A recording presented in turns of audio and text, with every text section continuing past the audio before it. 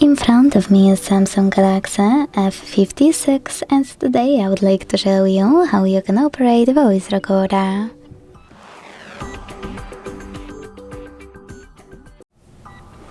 Begin by opening Recorder app and tapping on Allow or while using in all available pop-ups.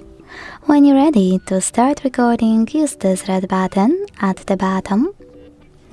And as you can see, after a couple of seconds, recording is on. To pause it or unpause it, use middle button. To add a bookmark, click on this one at the top on the right. To listen to your recording right away, pause it, swipe it and use left button.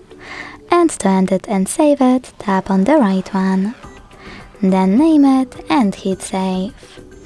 As you can see, my recording was successfully created.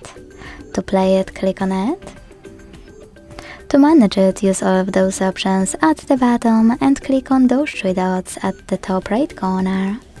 You can also manage it by holding it here on the list and using all of those options, like delete.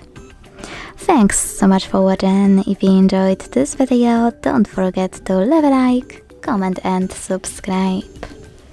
Bye!